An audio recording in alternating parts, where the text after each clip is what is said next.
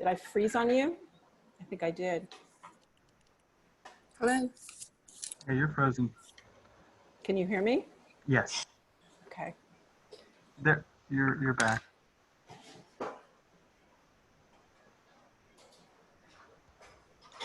Hey, Luke. Hey, Chuck, how's it going? Hey, thank you. Happy summer. Happy summer, indeed. Charlie, can you plug this in and the other one until this goes on? Can you send to another one?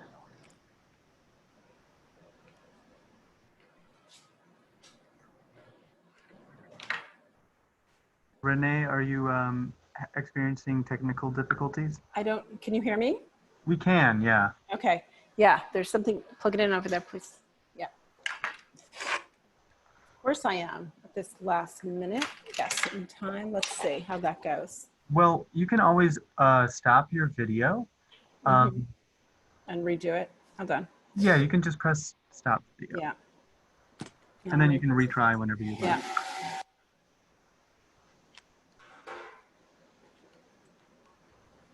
I don't know if this is correlated, but I'm trying to stream this to YouTube right now, and it's not working. So I'm not sure if it's something with Zoom or what.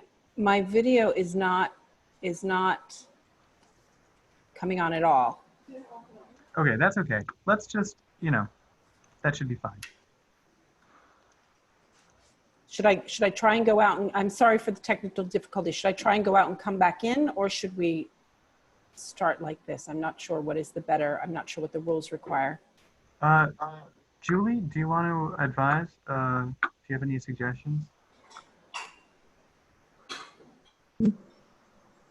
I mean, we can hear Renee perfectly. I think it's just introducing our committee and introducing the first speaker.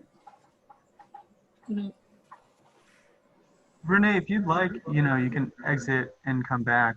I'm going to try and do that. I'm very sorry for the delay. I'm very, very sorry for the delay. I'm not quite sure. I'm going to leave and come back. I'm very sorry. I'll be right back.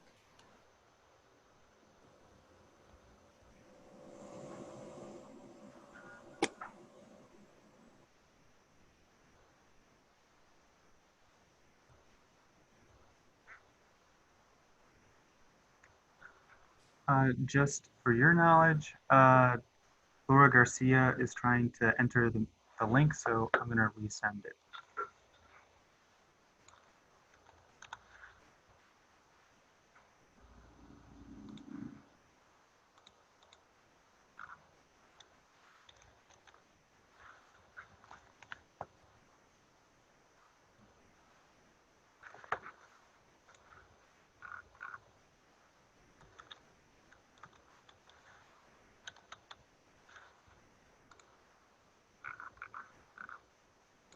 Hello?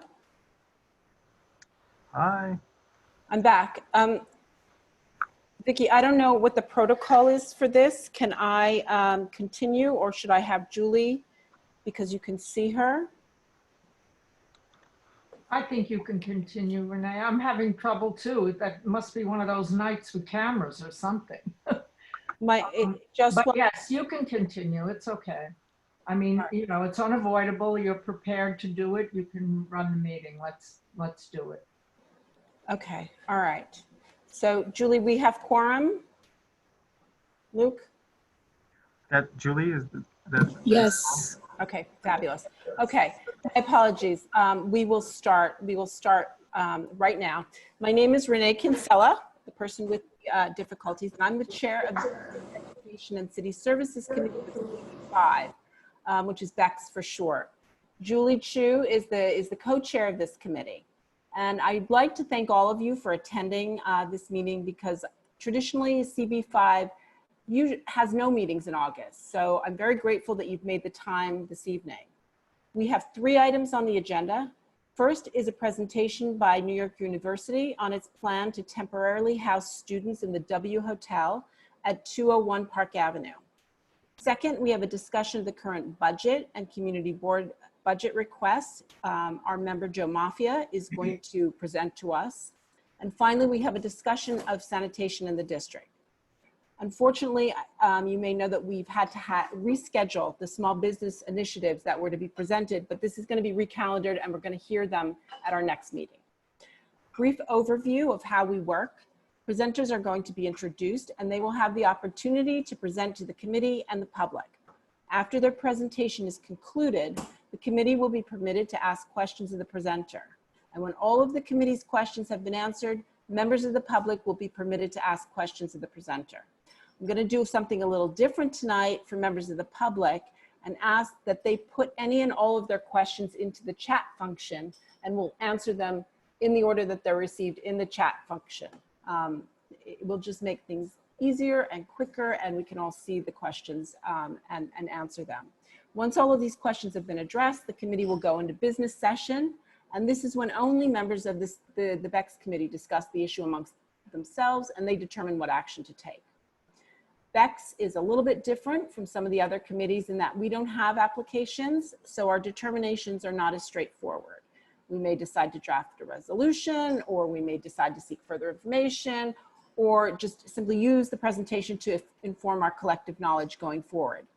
This is what we're going to do tonight, for instance, in the case of NYU.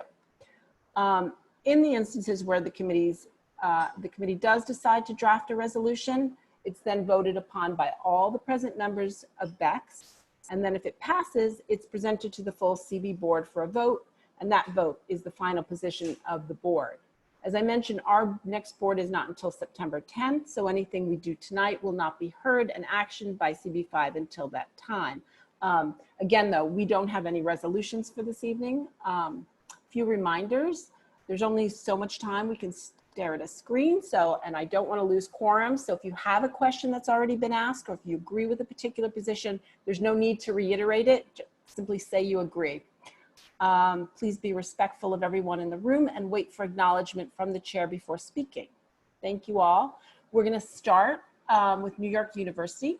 We have with us Valentine, the Assistant Director of NYU Community Engagement, and Christopher, the Assistant Director of NYU Government Affairs. I very specifically did not say their last names in order not to mess them up. They're going to introduce themselves. So Valentine, I'm going to hand the meeting over to you. Wonderful. Well, thank you both. Thank you, Renee and Luke, so much for having us tonight. We're really excited to be able to share with you what the university is doing. My name is Valentine Goldstein, and I'm the Assistant Director of Community Relations.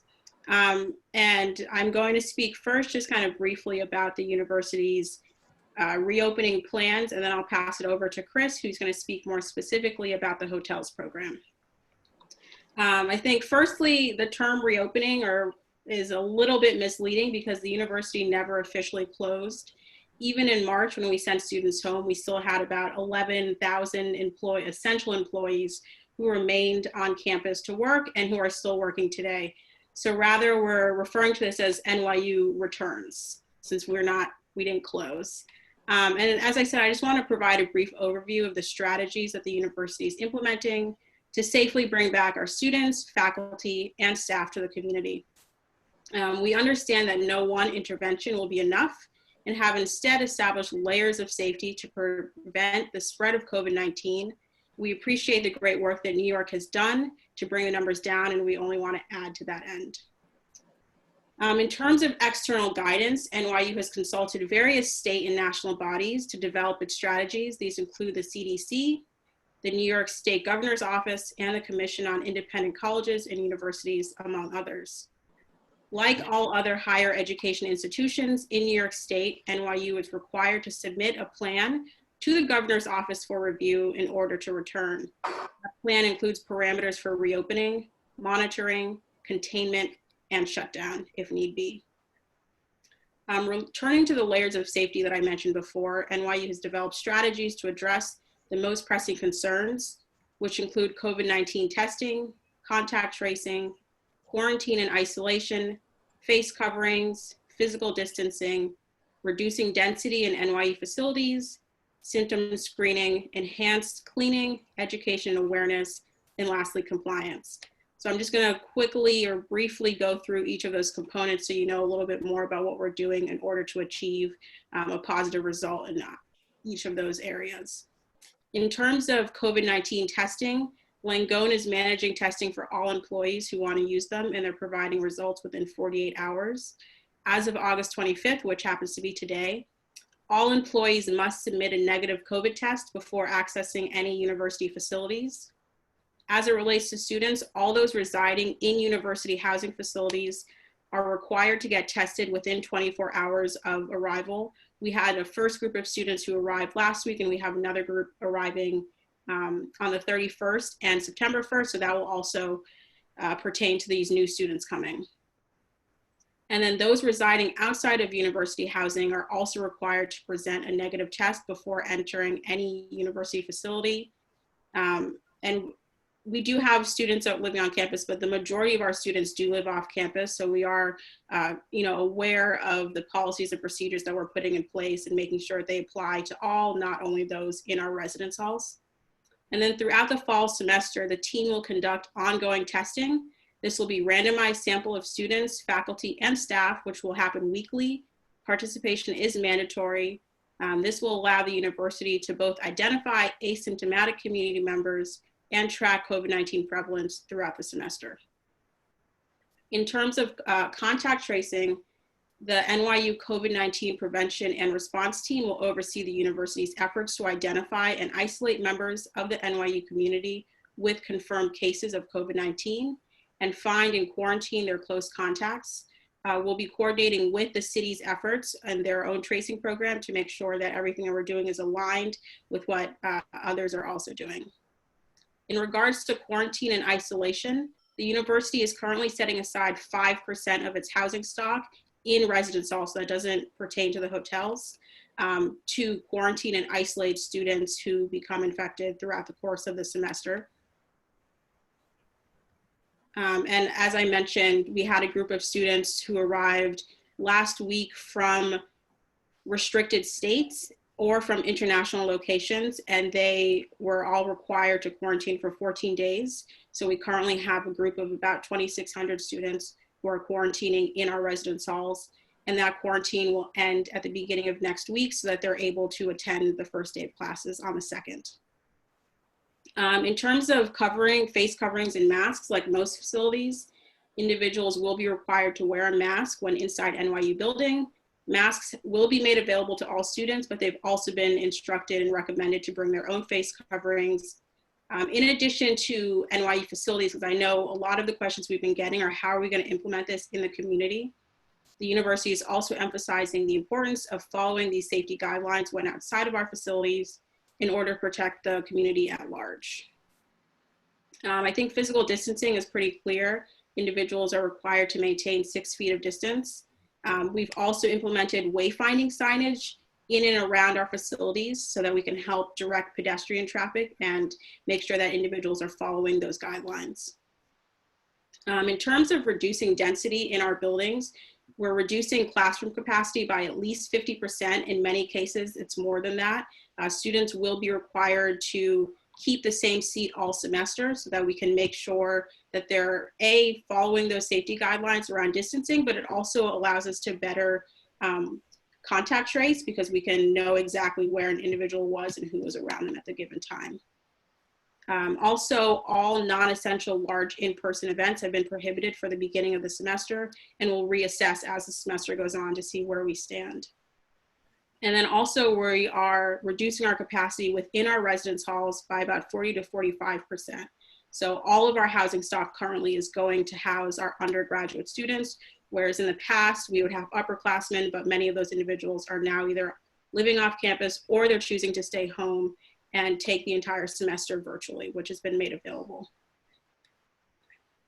In terms of symptom screenings, we have implemented a daily screener, and all individuals who are entering NYU facilities will be required to complete this daily screener, which tracks symptoms. It's a brief questionnaire, and in order to gain access, you need to present a cleared result. So either you'll be accepted or denied access for that day, and you need to show it to the public safety officer in whichever building you're planning to enter. And this also goes for vendors and visitors of the university. Around enhanced cleaning, our staff is working to sanitize high touch areas. We're also working to make sure that we're reducing the spread of COVID-19 through our HVAC system. So we're increasing fresh air inflow and reducing recirculated air. Around education and awareness, I touched on this briefly earlier, but a lot of what we're doing is not only geared towards those who are utilizing university facilities, but also those who are out in the community. So we've implemented a public safety campaign called Keep Each Other Safe. And this talks about strategies that can be used in the community to make sure that we're all following the safety guidelines that have been put in place and that we're all doing what we can to keep each other safe. And then lastly, in terms of compliance, all NYU students, both those who are residing in our residence halls and those who are residing within the community, will be required to read and acknowledge a student code requirement and agree to behavioral standards set forth in the university-wide student conduct policy. Those who fail to comply will be subject to disciplinary action, and this pertains not only to our students, but also to our faculty and our administrators and our staff. The above information explains how the university is tracking this very real and ever-changing situation. We want to work with the community and collaborate wherever possible to continue the great progress the state and the city have achieved.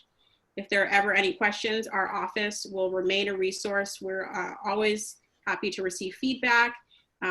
We've already started getting a lot of feedback from community members who want to share their opinions and views about the various reopening strategies that we've implemented. So our office, again, will remain that space. If you ever want to contact someone from the university, I can leave you guys our email and our phone number so you know how to get in touch.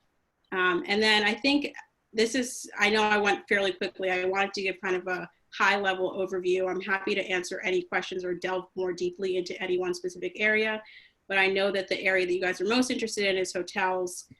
So I want to pass it over to Chris, who can speak about that. But again, happy to answer questions if there are any. Thank you so much, Valentine. I think we can go to Chris and then we'll circle back for questions for you both. Perfect. Great. Thank you. All right, great. Good evening, everyone, and thank you for having us here. My name is Chris Echevarria. I'm Assistant Director of Government Affairs at NYU. So I'll be going over some of the details about the hotel arrangements, why we chose the W Hotel, and what this will look like in the coming weeks. I'm going to sort of give you the full rundown. So if there are any questions that you have that I don't have immediate answers to, I'm more than happy to get the answers and get back to you as soon as I can with them. So I'll just get started by talking about how we got here. So for us to meet the public health and safety protocols, we were faced with the need to de-densify and sort of reconfigure our student residence hall housing to less than half. This resulted in decreasing the number of students to a room to maintain physical distancing and to also reserve beds for quarantine purposes whenever that would be necessary. So we searched for a hotel that could safely accommodate the needs of our students and settled on the W Hotel on 201 Park Avenue to help us temporarily meet our housing shortfall until we can return to full occupancy in our dorms. We settled on the W Hotel because we needed a hotel that would allow us to fulfill our academic mission while helping us to prioritize the health and safety of our students in the local community. There were some important factors NYU considered in choosing the hotels which were included. Proximity to NYU facilities and public transit options was an important one. Compliance with all fire and safety requirements, quality and reliability of IT services, since students are likely to be attending some of their classes virtually or remotely. Residential life features like common areas or room sizes or kitchenettes and that kind of thing. And conformance with DOB requirements on zoning and usage was an important one to us as well. Importantly, the university has laid out the health and safety protocols for our NYU community members temporarily living in this space, and there will be a constant communication with the hotel. So we'll get more into details about that in a second. So here are some important details about the sort of the meat of what you guys would want to know, what we assume that you guys want to know. So we worked with the mayor's office to finalize the terms and parameters of this. The lease will run through December 20th with an option only if needed to renew for a spring semester, but not extending beyond May 2021. DOB, the Department of Buildings, has a cap on occupancy of 252 rooms. All students in the W will be assigned to single units. This should provide another layer of de-densification for us and an opportunity to maintain socially distant behavior. Hotel operators will be making staffing decision as appropriate to meet the following services: 24/7 desk coverage, security, daily cleaning in all the common areas, weekly house cleaning of all the guest rooms and maintenance, and of course repair staff. The hotel will retain 75 staff members to facilitate the NYU transition. NYU residence life staff will also be present. NYU will have 5 residence assistants or RAs assigned to the building. Additionally, similar to our other residence halls, there's a building leadership team that consists of 3 professional staff that supervise the residence hall type operations of the community. They'll also liaison really closely with the hotel staff to ensure that NYU hall standards are being met. Importantly, I'd like to note that in a normal year, we house over 3,000 students on or near Union Square. So through our de-densification efforts in our halls, we have about half that number this year. So the 250 students there should really not cause too much of an upheaval in the area. There are several new policies that are also in effect. That includes the suspension of the guest policy. This will initially include other NYU students visiting from other halls. There are also compulsory community meetings that will occur within the first few days with professional staff, where they'll reaffirm all of the community expectations. In terms of the hall community expectations, all students there will need to complete the Community Standards Fall 2020 module. There's an attestation, as I think Valentine mentioned, that's required for all members of the community. NYU's health and safety protocols for the community apply to all residence facilities, whether they're on or off campus. So that includes the hotel. Students will be held to the code of conduct that outlines behavior both within and outside of university facilities. Another important thing to note is that the hotel will not be used as a quarantine facility. As Valentine mentioned, NYU has reserved 5% of existing housing stock for those needing to quarantine or isolate, but it will not be in the W hotel. Lastly, if a student were to test positive at the hotel, there is a comprehensive response plan in place by the university, led by the COVID response team. This will include the initial testing of all residential students, as well as ongoing health monitoring. So if necessary, students will be relocated to isolation spaces within the university housing system. So just a little bit about, want to talk a little bit about economic impact on the community. You know, we're an anchor institution in New York City. We recognize that, and we're committed to New York City's revitalization, bringing back students as well as university faculty and staff that support the academic services, will help spur economic community activities in the community surrounding NYU facilities and the hotel. NYU students contribute to the local economy during the school year, but also the majority of NYU graduates remain in New York State following graduation. So for us, creating and sort of retaining that talent pool here in New York will assist with which is assisted by the temporary arrangement with the hotel, is going to help contribute long-term to the city's overall economic recovery in the months and years ahead. So that's the general rundown. I mean, that was kind of all the information that I have, but I'm happy to answer any questions or clarify anything that I just mentioned. Thank you so much, Christopher. I'm going to ask that members of the committee raise their hand for their questions for either Christopher or Valentine. Does any of the committee have any questions? Mary. Hey, thanks, Chris and Valentine. Chris, you were saying that you had usually a total of 3,000 students in Union Square. I live a half a block from this proposed site, the W Union Square. I'm familiar with your dorm on Union Square West. What are the other facilities? And are you saying that you're taking down the number from 3,000 to a total of 500, sorry, a total of 252? Yeah, so it's not a total of 252. The half comes from the total amount that we usually have. The 252 is specifically for the W Hotel. And then for the other facilities that we have, so the one you're familiar, I think you're mentioning is Carlisle. We also have Palladium and University Hall. Palladium is right across the street from Union Square, so it's just kind of like on the borderline of CB5, and then University Hall as well.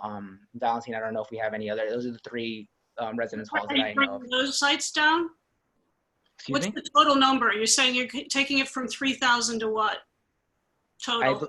The number I received was that it's going down by about half in that area. Mhm. So right now, in total, in all of our residence halls, we're housing about 6,000 students. Mhm. About 2,600 have already arrived. That's the first group that I mentioned who are quarantining, and the remaining students will be arriving at the end of the week. Yeah, I'm concerned with Union Square Mhm. and those facilities.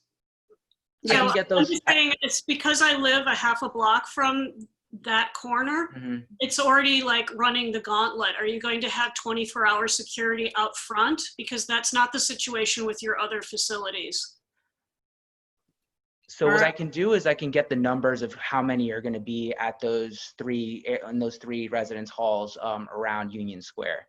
Yeah, I'm asking if you're willing to commit to having 24-hour security outside the Union Square facility so that kids are not congregating out there. Because it's already a congested crossroads at Park Avenue South and 17th Street. I'm going to look into what public safety has in mind, and I can get back to you on that because that's definitely a question for public safety. That would be great if you could get back to us to let us understand how the sidewalk issue will be managed and people congregating there. Mary, do you have further questions about? No, I just want to note that that W Hotel already has taken up much of the sidewalk space with their outdoor cafe. So there's just a lot of foot traffic. There's a lot of tables and so on. And like I said, it's already running a gauntlet there just in terms of the public safety for us, the neighbors. Valentin, do you know if the outdoor cafe will continue once the students arrive? I'm not sure about that. Valentin, I don't know if you have the answer to that. I can find out from the W Hotel. Yeah, we can get back to you on that though. Yeah, Thank it's you. a high-end restaurant and they've invested a lot in that cafe. So I would be surprised if it's going to go down. I'm not advocating for it to be closed in any way. We understand. Yeah, we'll look into it and we'll get back to you with those details. Thank you. More questions from the committee? I'm not seeing any raised hands. Any further questions? Seeing none, I'm going to ask members of the public to put their questions in the chat box. Does any members of the public have questions to put them in the chat box?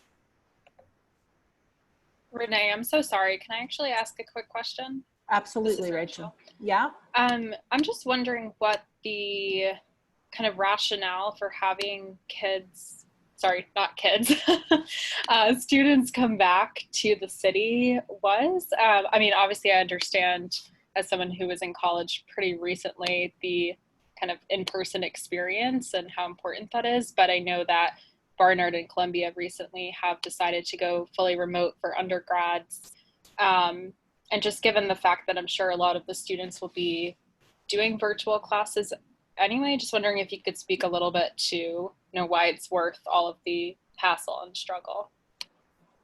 Sure. I mean, I think the primary reason is, to maintain the academic integrity and to provide the services that the university usually provides. But as you say, many students are choosing to be remote. We have a pretty large international population, and the university has created programs that those who live abroad can actually study at their local campus. So we recognize that, a lot of students are going to feel safer being at home, and we've made accommodations to allow them to do that. But we also feel that there are students, here in the city, and there are resources that we can offer in person, and we want to make sure that we're doing it safely and that we're doing it in a calculated way and that we're following all of the guidelines that have been set forth. And right now that's our main concern, is for those who are in person, making sure that we are following everything and creating a safe environment, not only for our students and our staff and faculty, but also for the community at large. And you said that 50% of the undergrad student body will be on campus or like here, right? So yeah, about 50% are going remote, and then the other will be in and around the community. But we've reduced as Chris said, the density both in our residence halls, in our classrooms, in our academic facilities. Most non-essential employees like ourselves are not in the office. We're working remotely. We have been since March and will likely continue to be remote for the coming months. So, you know, usually we have anywhere between like 50,000 students and 20,000 staff, and that's not what it's going to look like when we return. Those numbers are going to be greatly reduced. So we're really trying to put in place the best strategies and measures to create a safe environment for all. Thank you. Any more questions from the committee? If you could use the raised hand function. Okay, seeing none, I'm just going to thank you very much for attending, Valentina and Chris, and I would ask that you contact Luke at our board office so that we can disseminate the answers to all the questions about the congregating on the sidewalk and what the public safety will look like and all the other questions that we had. Absolutely. Thank you so very much for being here. We really appreciate it. Thank you guys for having us. It was great. Thank you for having us. Absolutely. Have a good night. Have a good evening. Thank you. Bye. We are next going to turn to Joe Mafia, who's a member of the BEX committee. Joe and I were talking, members of the committee, long-term members of the committee will remember how Joe was able to break down the budget for us as we talked about it last year. And he's, I know that his background lends itself to that, but he's been able to give us more of an insight to the budget that sometimes we've been able to glean ourselves. So at this point, I'm going to turn it over to Joe. Thank you, Renee. Yeah, I think it was about 2 years ago, or maybe 3 years ago, Renee, you asked me to look at the budget for the community boards themselves, and we did an analysis. And I really want to thank you for asking me to look at the New York City budget, because this really was an opportunity for me to learn a lot about it. I have to say, I went down many roads, learned a lot of stuff, read a lot of documents, and it's a fairly complex process. So I'm going to focus on the budget process, and I'm going to share my screen. And let's see.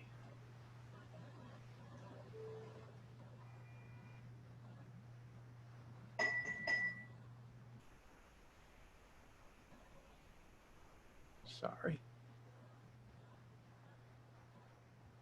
Good old, the Mac's asking me to,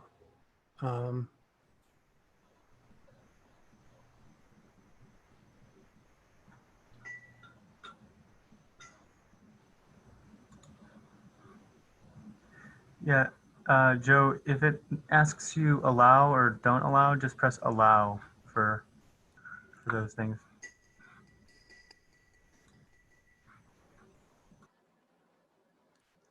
I think we're having a technologically challenging evening. Apologies. Am I seeing this right? Did Joe? There he is.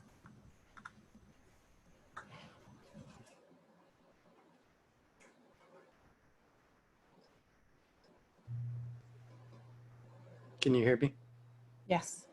Unfortunately, when I tried to share my screen, the Mac had me log off. So let's try it again. Can you see my screen now? Yes, we can. Okay, great. I have a lot of material that I'm going to cover. Do you see? Are you seeing the presentation? It's gone from my end now. It was up and it's gone now. Okay. Sorry about this. I should have ironed this out beforehand.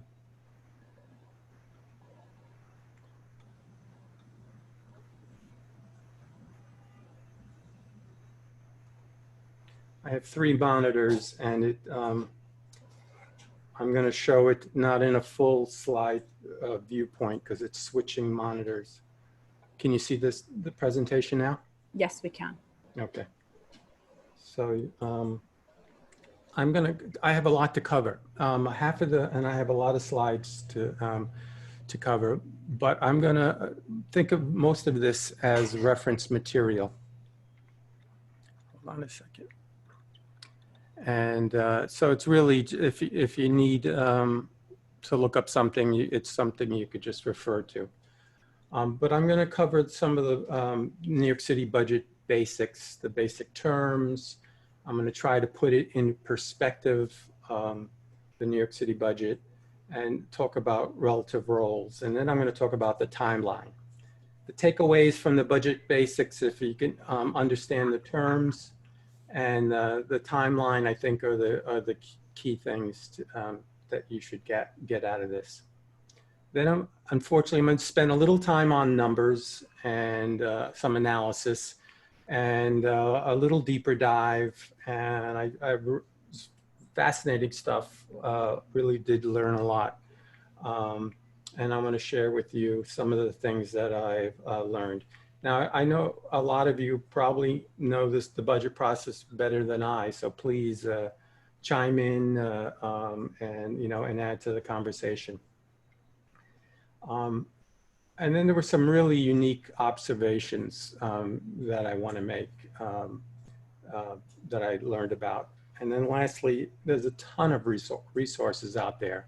A lot of great data sets, analysis tools, and I'll just, you know, cover those as, you know, at the end. Renee, how much time do I have, should I spend? How many hours should I spend? Yeah, as quickly as you can go through the material while making it digestible for people, and understanding that we're going to ask you to share all your slides with us after the fact and make, and be available for the questions and to do this, because this is a really good way for people to think about when they're putting in their budget requests, capital and expense, and how to think about the budget. So. All right. So, you know, I'll try to speed along. And Renee, if I could see you, I sent you an email earlier saying, give me like baseball hand signals when you want me to, you know, to end it, but I can't see you. Okay, I will send them through, Luke. How's that? All right. All right. So let's get started.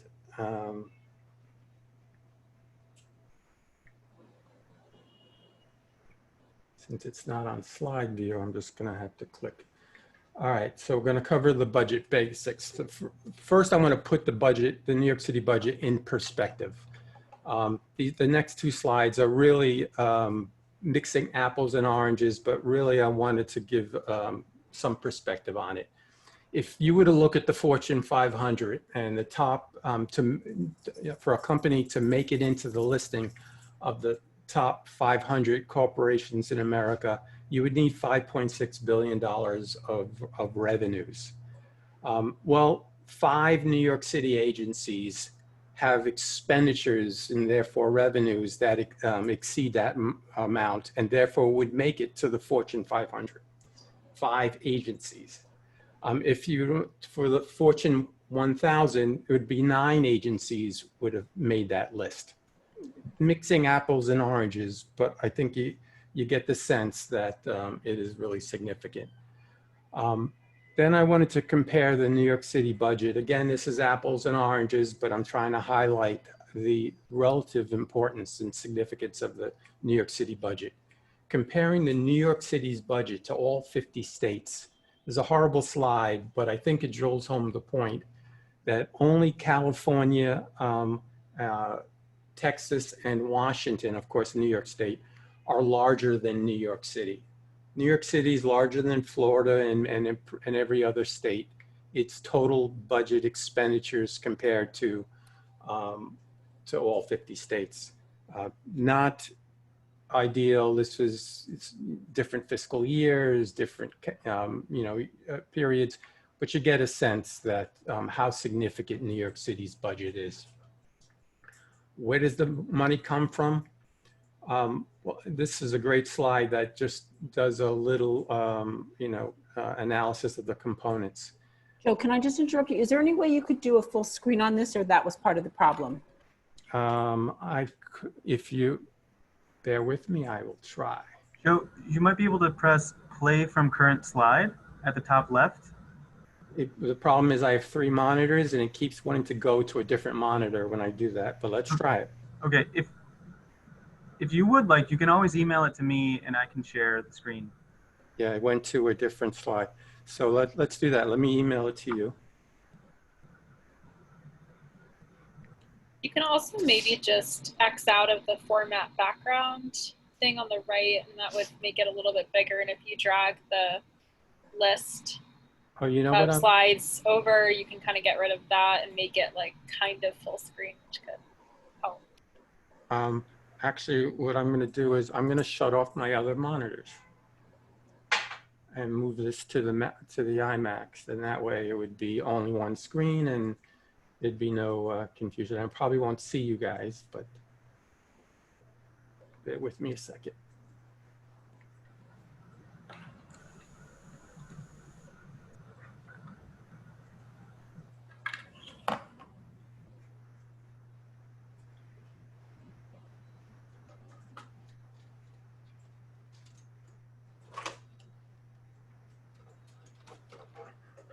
And Luke, I'm going to email you this while I'm talking.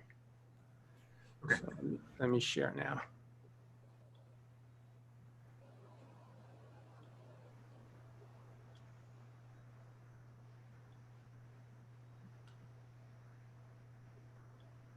You guys see it? You see it now? Yes. That's great. Thanks. Yeah. Yeah. Okay, I got to start the slideshow. Bear with me.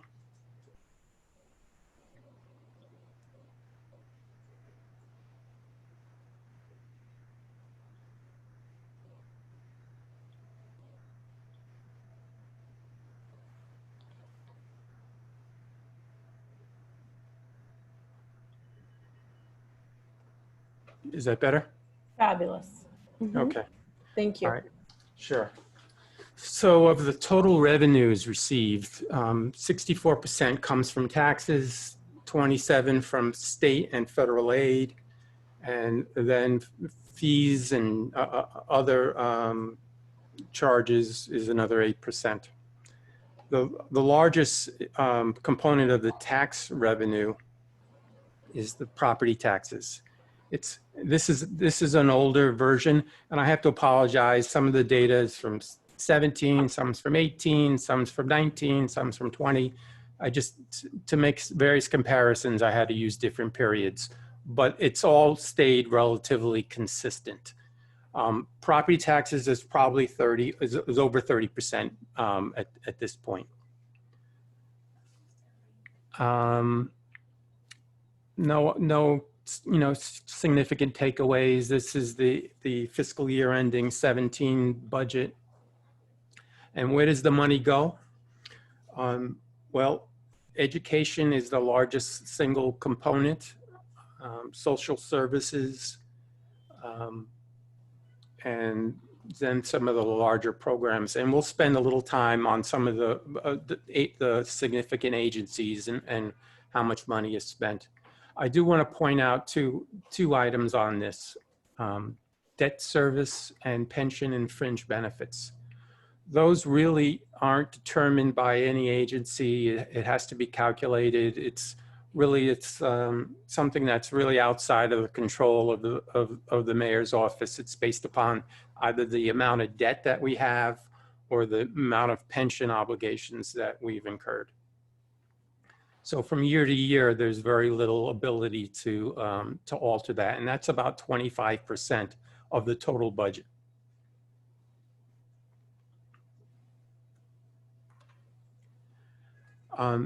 We also prepare a capital budget, and this is a unique area because most of the money is borrowed, loans to pay for this, and it's really split up into major different programs. So that's really all I wanted to say. So budget basics. Some of the key terms here you should make sure. We'll go over the budget process, but on the timeline. But it's a year-long process. The fiscal year begins July 1st, ends June 30th, and we play a consulting role. We advise, we evaluate, we conduct public hearings, we submit recommendations, we make priorities. and we offer comment on the budget. Now, there are several budgets that we're talking about, although I think we only deal primarily with two of them. The revenue budget is what the city estimates they're going to collect. I did look at a comprehensive annual financial report that showed that the estimates in our various budget versions are pretty close to the actuals. This year, I would expect more variation, but they relatively, when they estimate how much revenue they're going to collect, there is some accuracy there. Now, we're asked to comment on the expense budget and as well as the capital budget. And the expense budget covers all the day-to-day operations of running the city, all the payroll, supplies, rent, all of those administrative expenses. Like I mentioned before, debt service as well as pension and fringe benefits, those costs, they call them central costs because they're determined outside of an agency, and they are allocated to the agency, but not to the agency's individual budgets. So there's no discretion on it, and it's calculated outside of the agencies. And those are funded by those revenue sources we went over, the taxes, the fees, and the local and state aid. There's also a capital budget, and a capital item is anything over $35,000 that is going to have a useful life of 5 years or more. So if we're purchasing large equipment or land, there's a capital budget. When you look at the capital budget, I think it's around 800 pages, and it literally lists every single, by agency, every single capital item, how much it's going to cost, what year it's going to apply to. It's a very extensive capital item. When we look at capital budgets, and Renee, correct me if I'm wrong, I think we primarily we make recommendations and we try to prioritize it. That's correct. Mm-hmm. There's also something called a financial plan, which I think is, and we'll take a look at one of them. A financial plan is basically a multi-year forecast. Now, this is not binding on the city. It doesn't say that they have to spend this, but it's their estimate of the next few years, next 5 years, current years, and 4 other years, what the budget's going to look like. And we'll take a look at it. It is done 4 times a year. And to go back to the expense budget, that the budget is actually modified throughout the year. So if there's any particular expense, or something that changes, it does get modified throughout the year. And then capital programs as part of the capital budget. And there's a 10-year capital strategy. It's done every other year on the odd years. Also all of these budgets are listed on the mayor's website or the Office of Management and Budget, OMB. I'm not going to get into the accountability too much. I'll start fly through a lot of screens. So if you have any questions on some of these slides, just let me know. But New York State is still very involved with the New York City's budget. Back from the 70s, when we had financial difficulties, the New York State Financial Control Board, through the New York State Controller's Office, offers a lot of analysis, feedback, and oversight on the New York City budget. So all of these players, particularly the City Council and the city's Controller's Office. I will point out if one of your silos, in one of your silos, if there's a department you have an interest in, you should know that both the City Controller's Office and the New York State Controller's Office they do a lot of audits of those, of various departments. So there may be some information in there about savings that they found that may be of interest for you as you're doing your silos. And I could, and I have links to all this in the resources. And the mayor, the city council, and the community boards all have, respective roles. But let's talk about the timeline. I think there's three major buckets to put the timeline in. There's a needs assessment, or the budget preparation period, which we're in now. And that's from May to November. And then from November to March, it's the drafting of the budget, the preliminary version of the budget. And then in April to July, it's actual adoption of the budget. And there's a lot of steps in the middle. I'm going to pull out, I think, what I viewed was the most important dates. And I've also listed as a reference, and I won't go over it. They're literally every month, there's pretty much some timeline or some deadline or some goal to be met. But I think the most important date, and this is really key for us, is November 1st. By November 1st, we have to submit our final budget request with our priorities submitted through the Office of Management and Budget.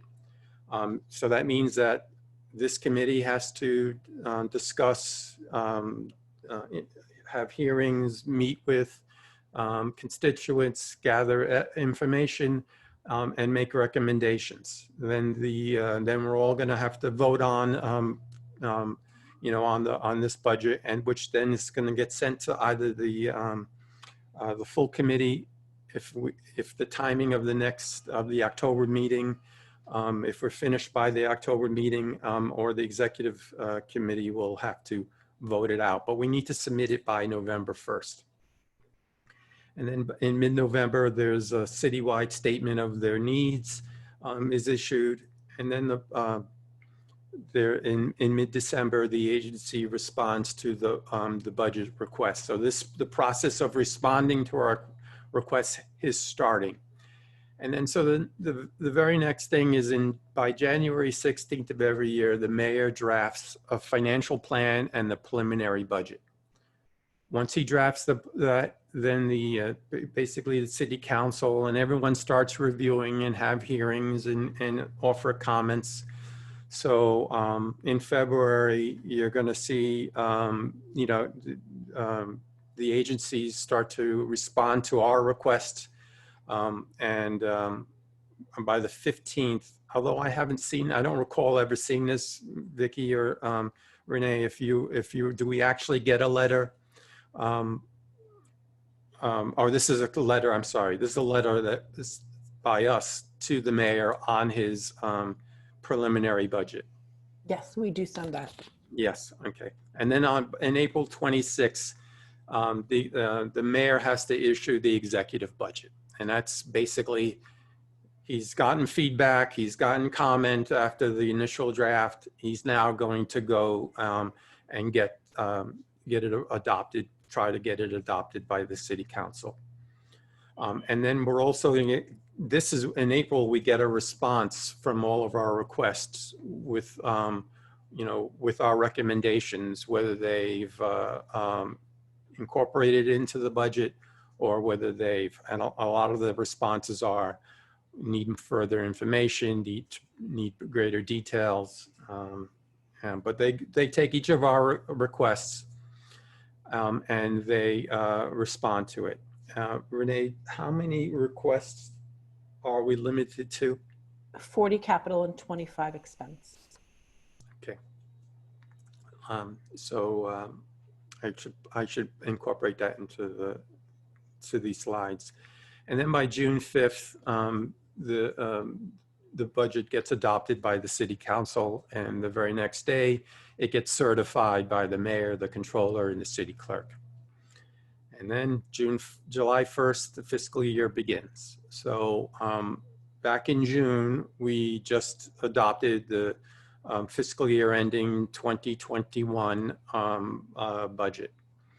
So this process, our process now that's due by November 1st is for the 2022 budget.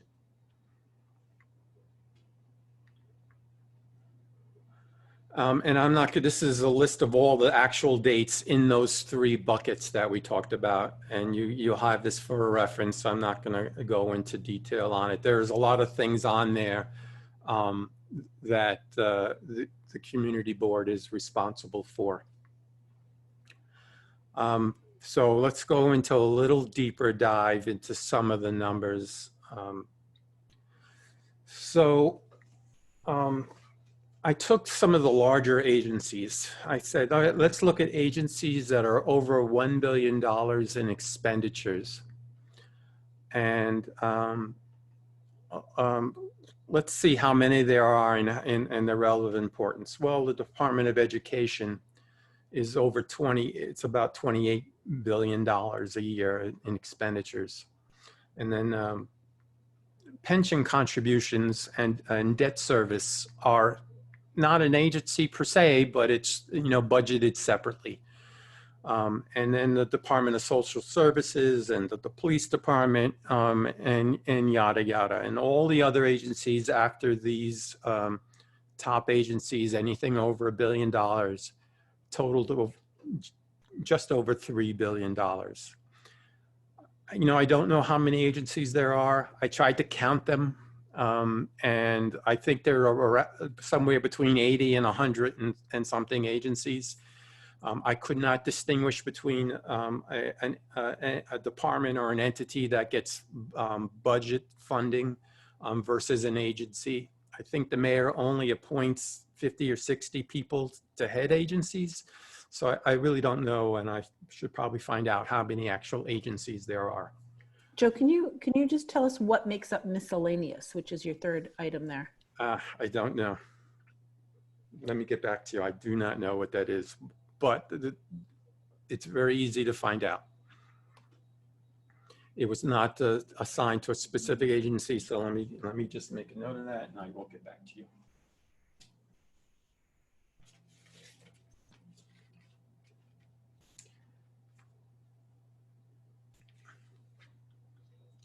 And by the way, this data was just so easy to pull from one of the many websites that we'll go over from the city. So some of them will actually generate dashboards for you. The city controller's office will create dashboards on a whole myriad of information by agency.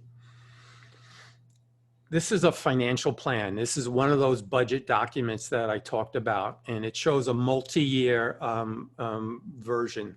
So this was issued in June, revised in July after the state commented, as well as the controller's office commented on it. So there were some revisions. So this is recent. So this is factoring in COVID. I had to stretch it a little bit to get it to fit. Let me point out a few things that I thought were of interest. The fiscal year that just ended, 2020, technically was balanced. You'll look at, if you look at the total expenditure line, the 97,760,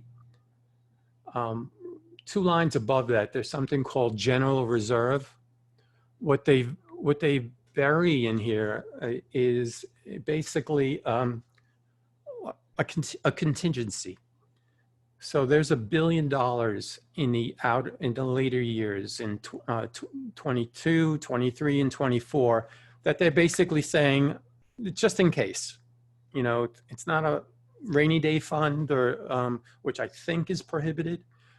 But it's in case the revenues don't come in to what they should be, we're going to put in $1 billion. So what this financial plan did was took the $1 billion in next fiscal year and reduced it by $900 million so that they could basically balance the next fiscal year. So it's an estimate, it's a guess. When the original version of this came out, the gap to be closed was higher, and then the state, made comment. And so this was a little bit, this was reduced, and that's how they did. So, but this is an interesting document. It definitely says what's going to happen in the city. So the fiscal year 2021, it shows it's balanced. Let me ask you a question. If your teenage daughter who does babysitting and makes money on the side says to you, hey, I want to buy a Tesla, a brand new Tesla. I could borrow the money. So can she afford that car? Can she afford, a Model S, a $90,000 Tesla? Well, if she borrows the money, she can certainly get the car. Can she make the monthly payments? So I think a lot of that kind of thinking is happening in the budget. We're asked to comment on the expense and capital lines of the budget. But I'm submitting to you, it is really hard for us to make an objective comment on a budget. And what is a budget? We've said it's how values are being placed and how we should spend money. So the city is making a determination on what is important to us and how we should spend the money. But I submit we really can't look at a budget just from the revenue and expense side. We have to know how much we have, what do we owe, and can we afford it? I'm going to minimize this PowerPoint. I could not get this on a slide. How am I with time, Renee? You're fine. Okay. Can everyone see this? I know the numbers are big. I can make it smaller, so let me do that. This is, you probably have seen this. This is called a balance sheet. This is a photograph. This is as of June 30th, 2019. What I didn't mention was that the controller's office is, he does his own audits of various departments. He's also responsible for hiring the outside auditors, which is Grant Thornton. And Grant Thornton, so by October of this year, they will have finished the audit of the June 2020 financial statements. So this is the financial statements for the city of New York for the last time it was audited, which is June 2019. If you look at this is how much cash we have. We have $7 billion of cash. And I don't want, government accounting is complex enough. I don't want to confuse the matter. I want to just show you how much we have, how much do we owe, can we afford the budget? We have total assets of $105 billion, which makes up cash, investments, people that owe us money, and all the property and all the other assets that we owe. Then if you look at the liabilities, who we owe, we have liabilities of $291 billion. Assets are 105, liabilities are $291 billion. That means that we have a deficit that we've accumulated year in and year out of $200 billion. Pretty substantial. None of the budget process addresses this part of the equation. Can your teenage daughter afford that Tesla? Well, if they're borrowing money, yes, they can. but they've got to pay back the loan. Is the income sufficient to pay back and forward it? So I just wanted to throw that in there, and we'll spend just a few more minutes on that topic. But let me get back to the PowerPoint, if I could find it.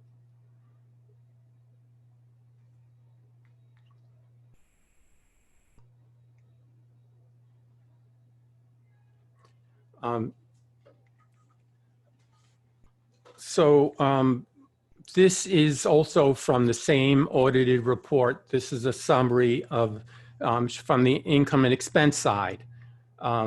Now, I learned that the budget that we're going to be looking at is on something called a modified accrual basis. It means it's not purely accrual basis. These financial statements are on GAAP, which is purely accrual basis. So that means that, and I don't know which items, some items in the budget are cash, and some agencies within the budget are on a cash basis, just FYI. So it's kind of hard to compare certain things, but this is also showing that the fiscal year 6/30/19, factoring in the government activities, there are other businesses or corporations that are quasi-government that might not be included in this, but it shows that there was a loss of $7 billion for the last fiscal year for 6/30/2019, which just basically added to our deficit.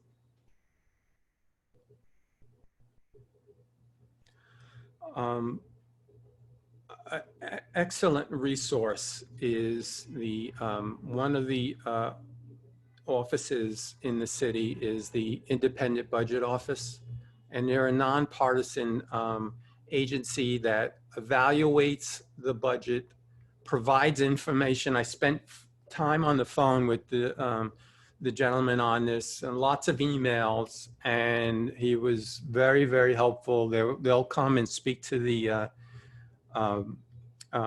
committee if we would like. They have a lot of reports. They analyze. They ask the question, well, what did the mayor's cutting $1 billion from the New York City Police Department, did that actually happen? And they wrote a report and basically said no, it wasn't near $1 billion, and a lot of it was changes in estimates of overtime and what have you. But so they're an excellent resource. And all I wanted to show here is a history of some of the city's tax revenue and the other revenue, and it just shows a normal, regular increase. Nothing to go into that. So what I did learn from going through this process, that there are two drivers, I think, in the New York City budget on the expense side. One is the number of employees. 52% or more of total expenditures relates to personnel. When you go into a specific agency and you could dive in, you get the budgeted head count, the amount that's to be spent on and on salaries, and you really dive into a lot of details on expense categories and really how that agency is going to spend money. So let's talk about New York's employees in New York City. This is taking 1980 to 2019. This is only full-time employees. There's over 300,000 right now, full-time employees. If you add in full-time equivalents, interns and what have you, it's closer to 326,000, 325,000 employees in New York City. And I think there's been, definitely has been growth, and there's been growth in the last few years. you know, some people thought that there was a lot of growth in employees under the current administration. I wanted to take a look at and see how is that true? Is it accurate? So I took the growth in employees, compare it to the percentage change in growth. And there were some spikes, and then there was some negative growth as well. There was some reduction in payroll, negative growth. There was some reduction in the number of employees as well throughout the years. And the trend has been actually that there's been less, percentage-wise, there's been a reduction in the growth rate of employees. The Independent Budget Office did, I think, another analysis. They compared full-time employees to total expenditures by the city.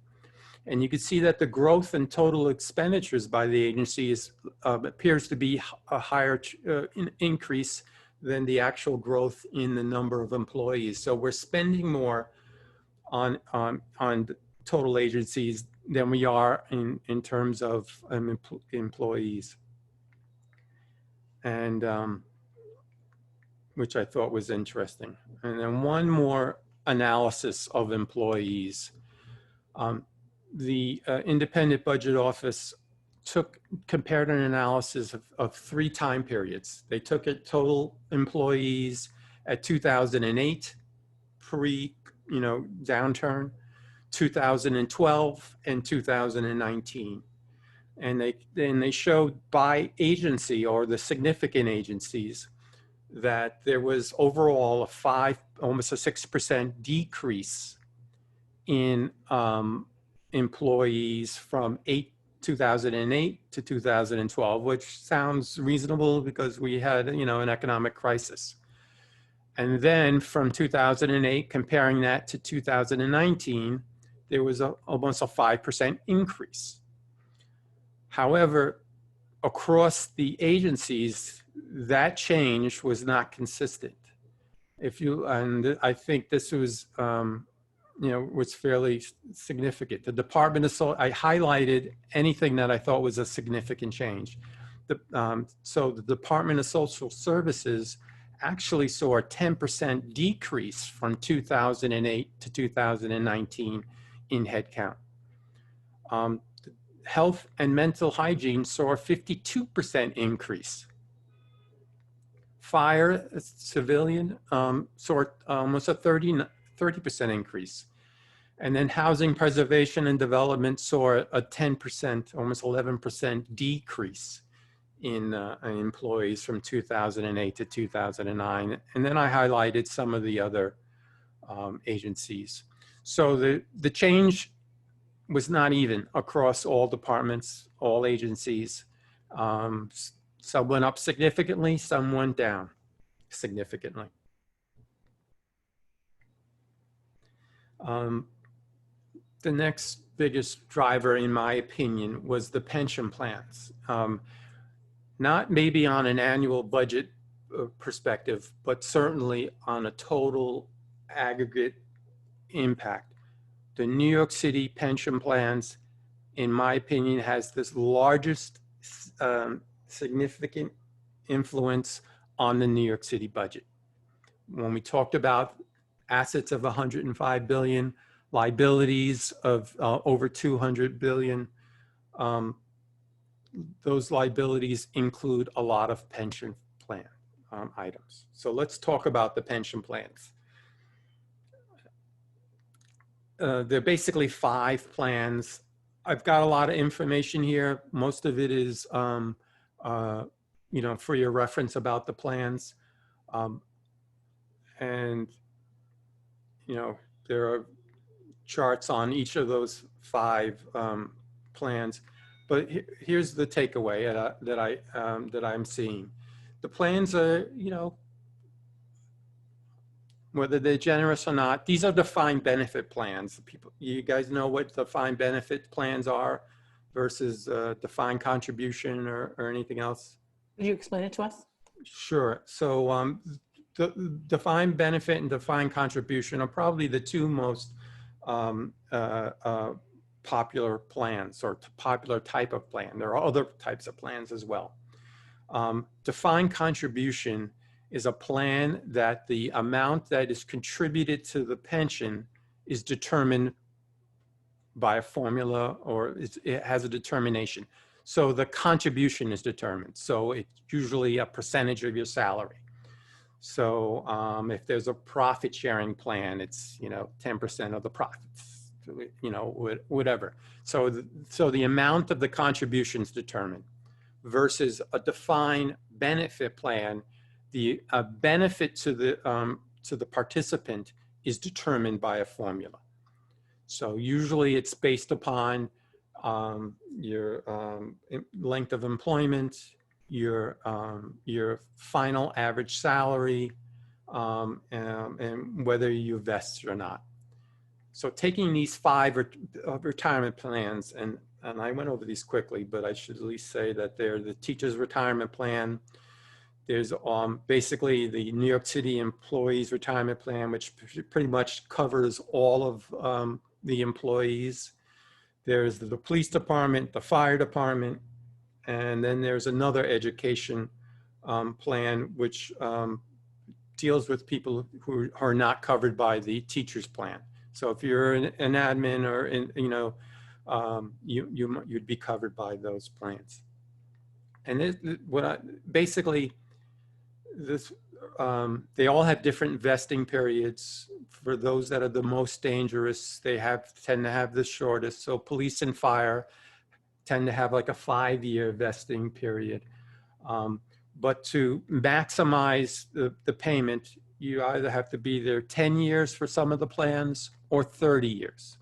So if you're a teacher, you'll max out if you're there for 30 years.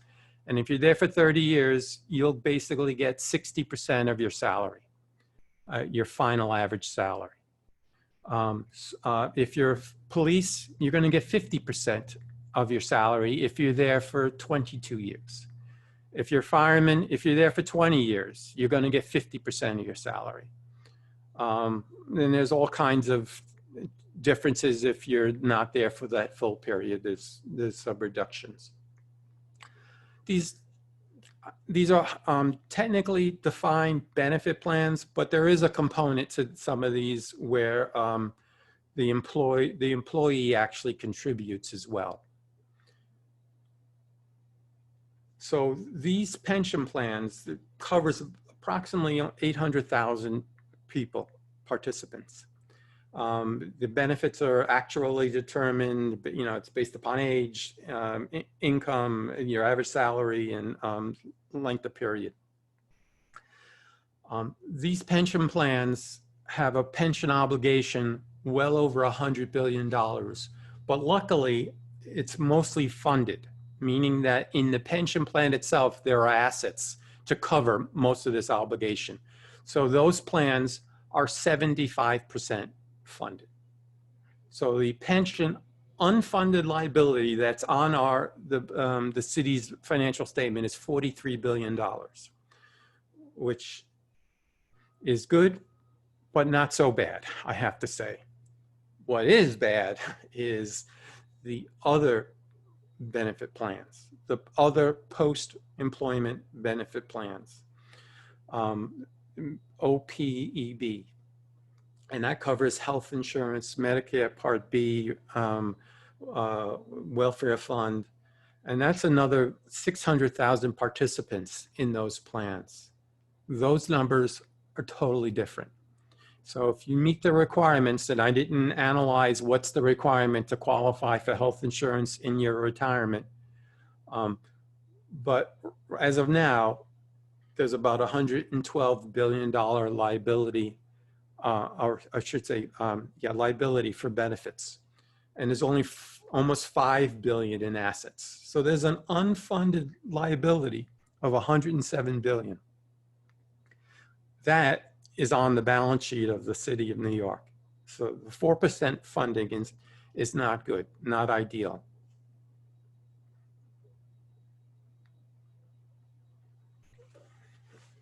Everyone still with me? We're here. All right. Stop me, ask questions. I don't have too Actually, much. this is a good time. Anybody on the committee that has questions before we get to the observations? If you use the Joseph. Yeah. Thanks, Joe. This is great. I saw it on one of the charts you showed, and then you just brought it up again. OPED. Can you just clarify that? I mean, it seems like it's some sort of health insurance, but can you just clarify that? Is this health insurance that is for retirees of basically New York City employees who are retired, and they get this health insurance benefit apart from their pension benefit and in addition to Medicaid or Medicare? Yeah, good, excellent questions. I didn't dive into all of the plans, but yes, this is in addition to their pension. This is in addition, they've met whatever the requirements are for eligibility are. It's gonna, I would imagine it's very similar. If you're vested in the pension plan, chances are you're going to be vested in the retirement. So in your retirement, you would get health benefits. Okay. So it's totally in addition. It's health benefits. And there was a Medicare Part B reimbursement. Some of these plans will reimburse you for the premiums that you're paying for Medicare Part B. So, so they are generous. And if you look at the pension obligation, it's over 100 billion. If you look at these other, it's also over 100 billion. So it's fairly generous. Okay, thanks. Sure. More questions. I should go back and mention one thing. When I listed when you look at, if you look at the pension plans, you'll notice that a lot of the pension plans have different tiers. I was describing the latest tier. So if you're a teacher, and I think they're up to tier 4 right now, tier 1, if you're a teacher and you retired on a tier 1 pension, you've got it made. I know there's been every year there's an article that comes out about a New York City teacher making over $400,000 in their pensions, or $300,000, or $200,000, or $100,000. I don't know the number. Oh, I do recall the number. There are over 3,000 teachers making over $100,000 in retirement benefits in New York City. Don't get me wrong, they deserve it. But I'm just observing how generous the plans are substantially less generous now. Now you would make 60% of your salary is the max. I'm sorry, any other questions? Chuck, you raised your hand. I did. I just wanted to say, Joe, this is an amazing presentation. You've done a lot of work on this and you've presented the material in a very effective way. Thank you. You're welcome.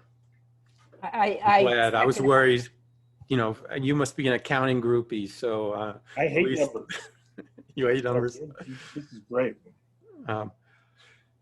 So yeah, I absolutely second that, because the budget sometimes for us is hard to digest, right? And we don't always understand all the moving parts, and you're making this very accessible to us, Joe. So thank you. You're welcome. And please, now that I know how to get some of this data, as you're going through your silos and your groups, if you need anything for any department or agency, I can quickly get you the raw data and certainly show you where it is.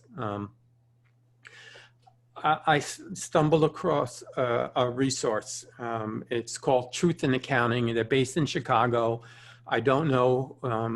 I spoke to one of the founders, and very interesting. And they do an analysis of the most populous cities in the country. And I'm going to talk to you about the findings that they had. And their data is back as of fiscal year 2018. Of the 75 most populous cities, 63 did not have enough money to pay their bills. $323 billion in unfunded debt. Now you can imagine New York City makes up the bulk of this. The overall pension debt and is 176, and the other pension and post-employment and benefits is $150 billion. So a lot of cities are problematic.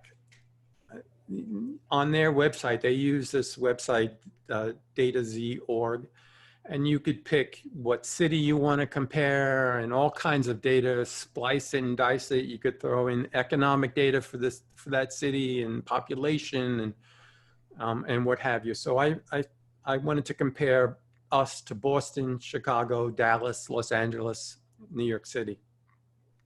And this is a chart of the past three fiscal years, 16, 17, and 18.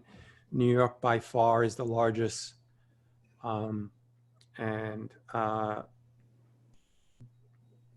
the one exception, for those, I'm an accountant. If you can't tell, but I'm an accountant. And accounting, just so people know what accounting really is, accounting is, think of it as the grammar that allows us to communicate economic activity. So it's the grammatical rules. How can I communicate to you how I measured something and when I recorded something? And that's what accounting really is. The grammar is not perfect. The grammar is actually problematic in a lot of cases. I don't, not to go off on a tangent, but give me 30 seconds more. The grammar, it can't keep up with business. It can't, new products, technologies, industries come up. Accounting has not caught up with it yet. But having said that, that's for the commercial side. The grammar for state, local, and federal government is ridiculous. It is horrible. It is nonsensical. It is really behind the times. So the accounting standards that tells people how to report. So I pulled out this slide and I said, oh, New York City is the worst. And on the next slide, you'll see that we got a failing grade. We got an F grade. We were ranked 75th, the worst. But then digging into the details, I found out that Chicago ranked better than us. Why? Because their accounting interpretation of the accounting standards, their use of the grammar allowed them to omit the school system. New York City includes the school system. And that's a big component. That's 28% of our budget. They excluded the school system. How they can do that, how any accounting rules could do that, it makes no sense to me. Had you included the school system in Chicago into this, the good news is New York would have not been last. We would have been 74th. So a ranking of all the schools. So it's just, it just goes to show that this is an area that needs to be improved. But we are based upon the accounting rules as they were interpreted, we were actually last. And this analysis, they say that every taxpayer, based upon the population in New York in the fiscal year 2018, their burden, their share of this this deficit is $63,000 per taxpayer.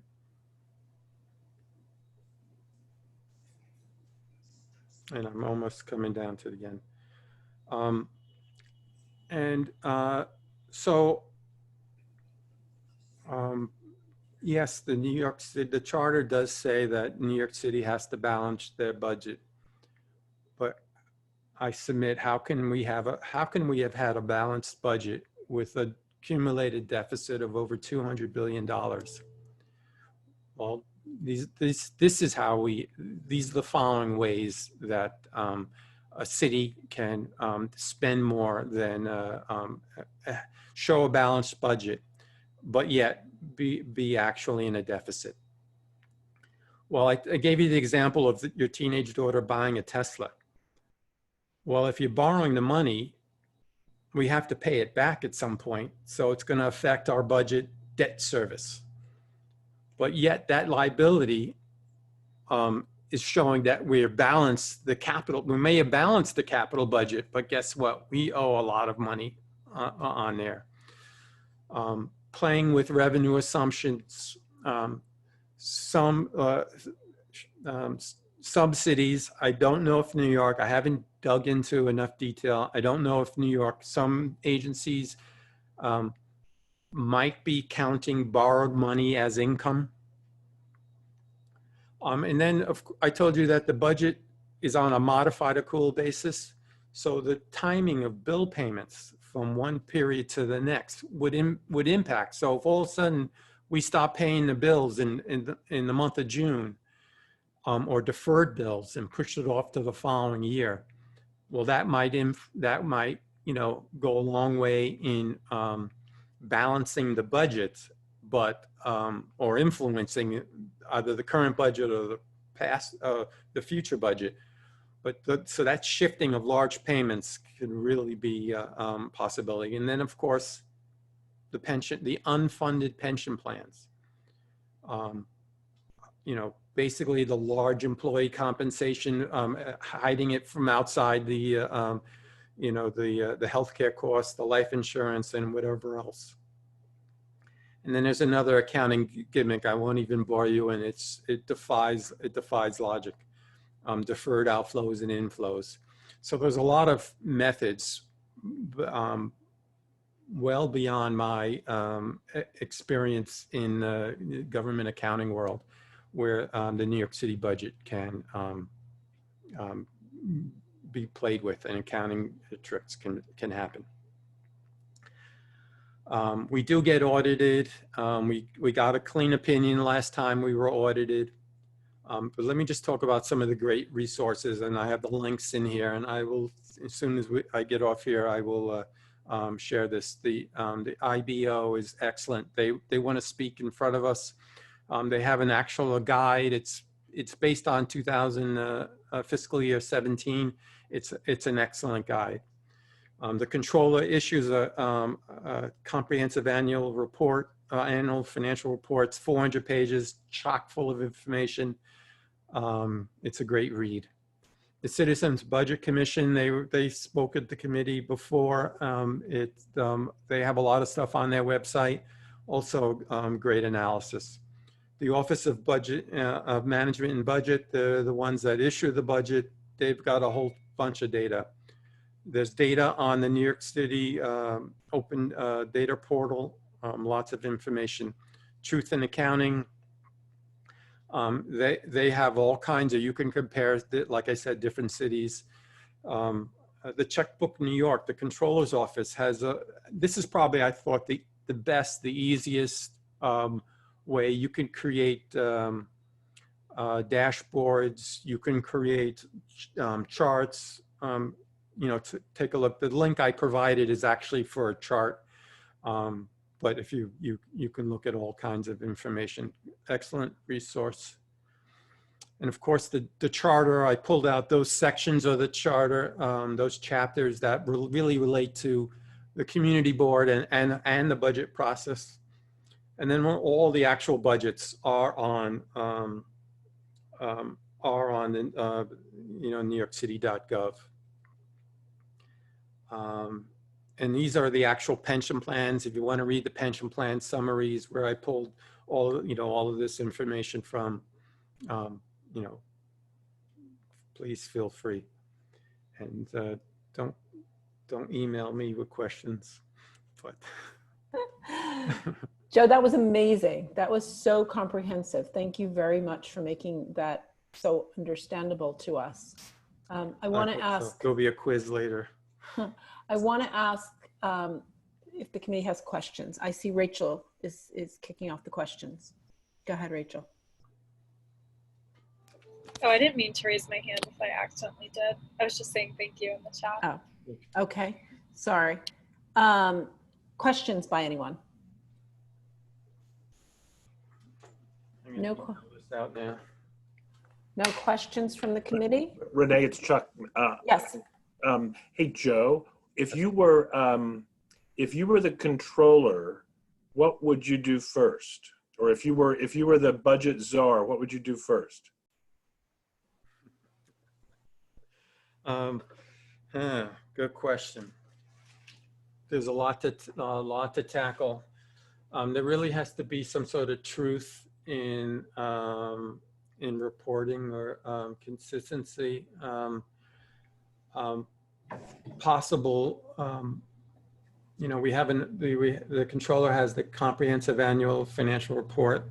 There should be some reconciliation to the budget, so that things can't get buried. And there has to be a focus on retiring this unfunded debt, this deficit. We have a balanced budget, but we're not. The budget process is focused on the expenses. Yeah, your teenage daughter's got a babysitting salary, and these are her expenses. But what about the car note for the Tesla? No one's looking at that when factoring that in. I don't, Chuck, we could probably spend a whole lot of time trying to figure it out. I'm sure there's a whole lot of things, opportunities here. July, I see your hand. Thank you, Renee. Joe, bravo. This is very comprehensive and so insightful. Thank you so much for taking the time and present it so just skillfully, and very much enjoyed it.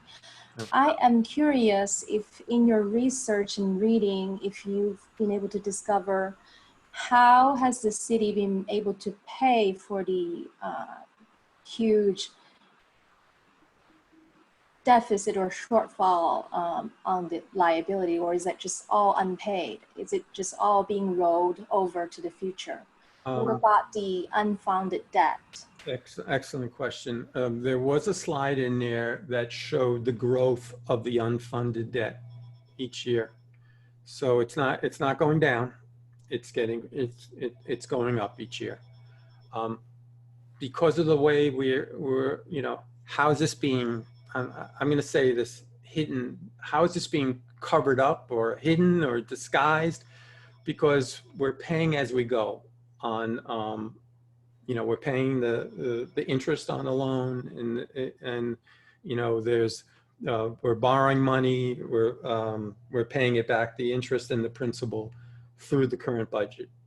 So and like I said, 25% of the budget goes to those items that are not. The actual, and here's the thing that I have not figured out, the actual expense, the pension expense on the budget is far less than the unfunded amounts, obviously. So the way they got it on the books, this only happened since 2010, by the way.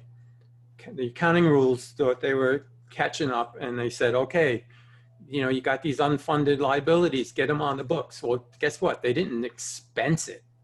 It was massaged into the numbers. So we have a liability. The hit, the expense, the charge did not happen in 1 year. It wasn't, otherwise we would have had to have raised money to cover it or done something, cut expenses, other expenses. So the way we're structured, it's hidden because we pay as we go, and it's it's buried in the budget, and it's increasing every year. Thanks, Joe. More questions from the committee? I'm not seeing any hands. How about from attendees? Anyone in the audience with any questions? Any members of the public? I'm not seeing any. Luke, are you seeing any hands? Nope. Members of the public, you can always press the raise hand button at the center of your screen. Are they still awake is the question. This is just a joke, but this is so incredibly helpful to us, and it provides a perspective as committee members when we work on our silos and think about the budget requests that we have to make, and when we think about the agencies and we think about the budget as a whole.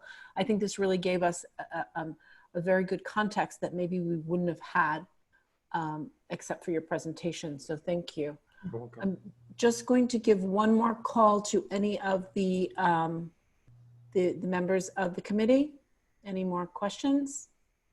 I'm not seeing any. So Joe, I'm going to thank you. I'm going to ask you to share your presentation so that I can send it out to all of the committee members, and I'm going to direct them straight to you with these questions that they have afterwards. No, please. And if you need help getting any of the data, let me know. We really can deep dive into this stuff. Thank you so much. I just sent it to you, Luke. So last week I sent out a bunch more tools to the committee. I trust that you all received them. That should be helpful. In particular, the 2022 CD needs statement is a good document to work through in each silo that helps to identify your primary need and the most important needs. And there's also a document in there that provided tips for strengthening submissions and how to write your requests in a clear and straightforward way. I also sent today some of the requests we've received from actual stakeholders in the community, asking for things like monies to fix things, say in Union Square Park, the water, things of that nature, and the library. Traditionally, they gave us the requests so that we can include them in our priorities when we discuss next month. I just want to make sure that no one has any questions about that. Anybody have any questions about that process? Our borough consultations are going to occur in September, and I'm going to share all the agency responses to that, so that will also help you formulate the budget requests. That's all I think we have on the budget tonight. Is everyone, big sigh now at this stage. And I'm going to move on to the last issue, which is sanitation issue. A quick discussion of sanitation. I think that everyone has been aware of some of the press that's been out there about sanitation. We've all been hearing about the garbage on the streets. We've seen the newspaper articles about the rats. The Department of Sanitation has had their budget cut by $106 million. And so that naturally led to a reduction in collections. My understanding is that there's no Sunday basket collections at this point. There's fewer weekday and holiday basket collections, and the trash is just leading to a lot more mice, rats, cockroaches, all those fun friends. We're starting to eat outside, as you all know, in Manhattan, and that also tends to create trash. So the thought was to send a letter to the Department of Sanitation and our electeds to ask them to really fix this or look at some ways to address the issues that are showing up because of the trash and the rats. I'm saying a letter simply because we don't have our next meeting until September. And so I wanted to do something quickly, and I wanted to get your sense of what you think about a letter on this topic. So if I could ask the committee members to sort of weigh in on.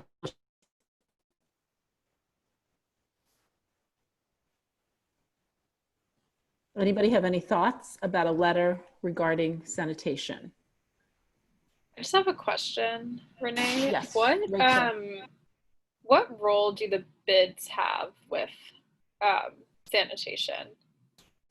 The bids are also asking, so the bids also ask for their own, they work with the sanitation department. I mean, they have baskets, but they don't do their own. I think, are you asking if they do their own sanitation collection? No. Yeah, like I know that they have a role in sanitation in general within their district, and I'm just wondering, like, I'm assuming maybe they're funding and different areas has been impacted as well, but just wondering like what role they play here. In terms of the Department of Sanitation, that would be separate and apart. So to the extent that a bid might have their own sanitation, people, I know they have their own homeless outreach, they have their own, people coming around cleaning trash, but that's not this. We're talking about street baskets, and we're talking about collection, our ordinary collection that you would get at your apartment. Okay, so totally separate, because I'm thinking more about like the general cleanliness of the streets, which I feel like would be kind of both. The cleanliness. Renee, it's Chuck. I think the bids pick up trash generally, Rachel, in their areas, but the Department of Sanitation empties the baskets. The bid. That's the best way. Okay, that makes sense. That's the better way of putting it. Yes, Luke. Also, businesses are required to have a private card. Commercial carding. Mm-hmm. Yeah, commercial carding. So there's residential pickups, there's commercial private carder pickups, and then there's this street baskets that are done by DSNY, Mm-hmm. and then the street cleaning pickups that you see, on 34th Street.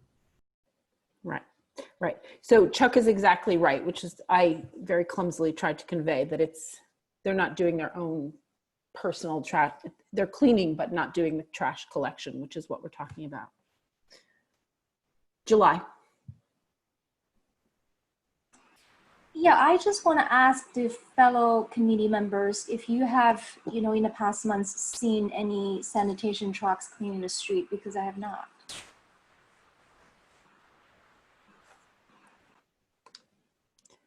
I have not either. Luke. I have along the avenues, like 8th Avenue, 9th Avenue. I don't know the routes particularly, but I've seen some and I've heard them. So one thing is, periodically throughout the pandemic, the mayor has suspended alternate side parking, which allows for street cleaning to occur.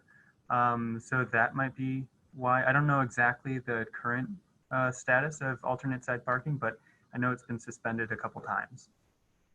Right. So if the street cleaning is not happening, aren't we saving money from that? Why do we have to cut the weekend and holiday garbage pickups? So one of the reasons, thank you for that, July. One of the reasons, this is just sort of a down and dirty, we are getting some, and Luke can speak to this, some complaints about cleanliness.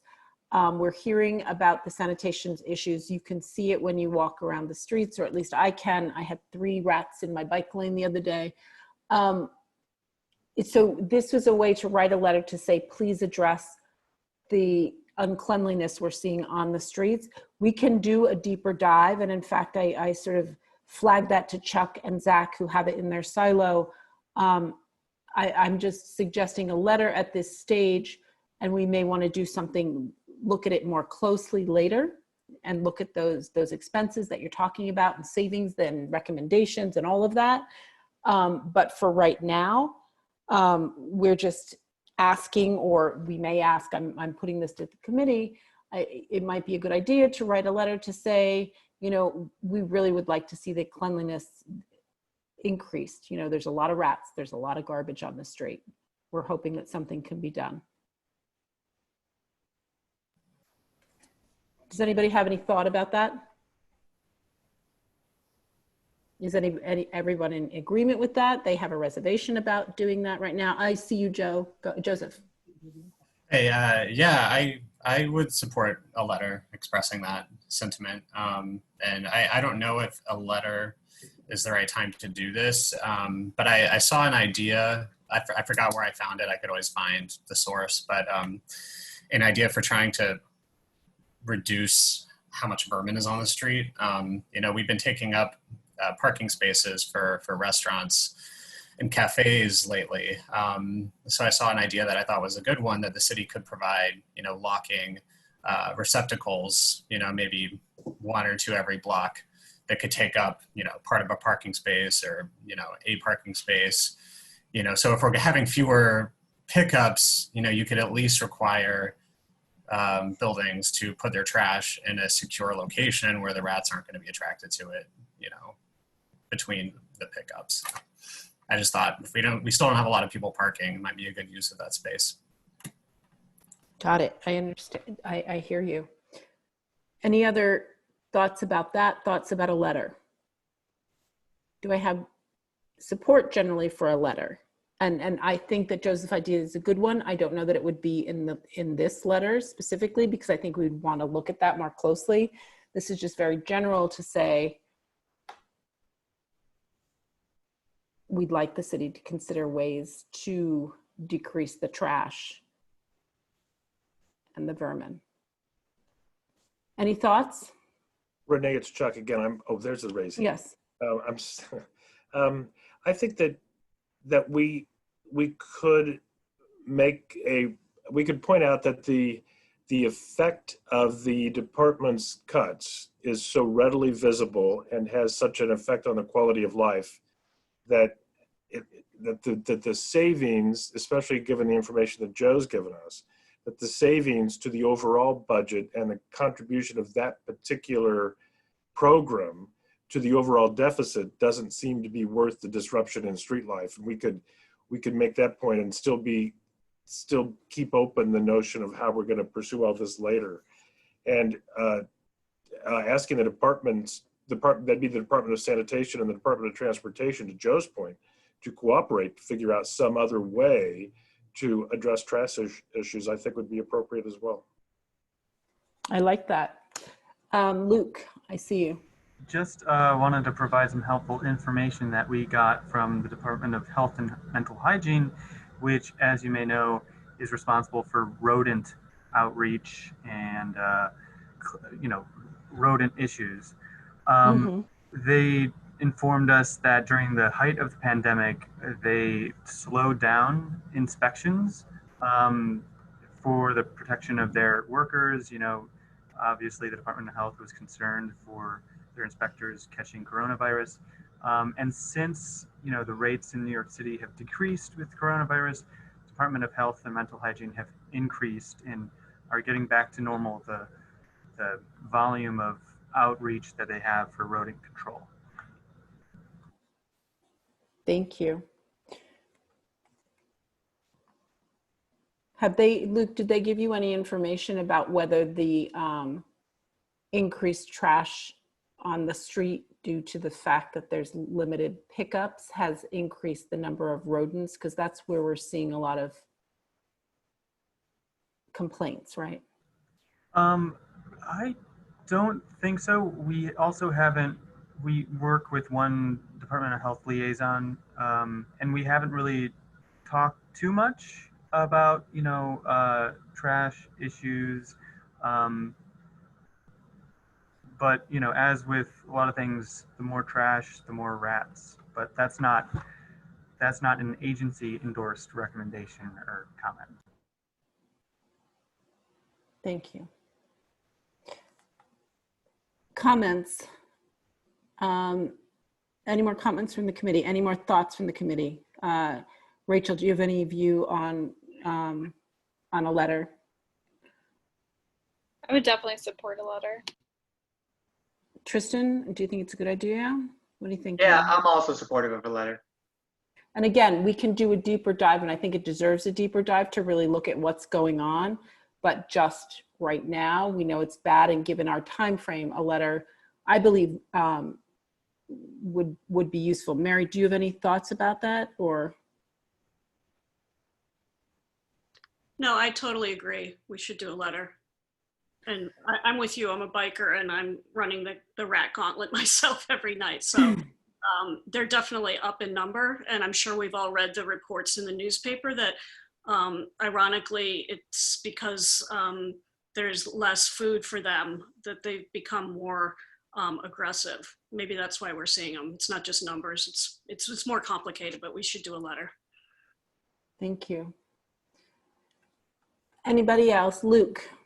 Sorry to keep on butting in here, but one thing that we sometimes use to analyze trends in the district is open data that Joe has pointed out earlier. We can track sanitation complaints that have been made to open data. So that might be a good way to evaluate how much trash complaints have increased or changed at all. Fabulous. Thank you. We can use that to inform the letter. So what I'm hearing is generally we're in support of a letter, and we will, as a committee, do a deeper dive later on the issue, but just as a first step, a letter to sort of look at this and say, look, we're noticing this. We'd like the city to address, you know, the increase in rodents, the increase in trash that we're seeing on the streets. Okay. Members of the public, I don't know if there's any more questions about anything for this evening. I think we might have, I think that is it, unless any of the members of the committee also have questions. Anyone? Mary. Yeah, I'm new, so I'm confused about the process. Is there any way to do a more formal communication back with NYU insisting on 24-hour security presence in front of the W? Because better now to do that before they move forward. Okay. So what we can do is the lines of the communication are now open between Valentine and Christopher. And so we will follow up. I'll make sure that I follow up with them to find out what their plan is first. And then we can take it, you know, the next step forward in communicating with them. If in fact they come and say there's no plan, or this is the plan, and we can have that conversation with them. So I will make sure to follow up with you, with them, with, you know, the committee. Right, I appreciate it. Any other questions? With that, I will just thank Joe one more time for his incredible presentation. I will thank you all for attending tonight, and I will see you all in September. Thanks, Renee. Thank you very much. Thank you. Good night, all. Thank you. Good night.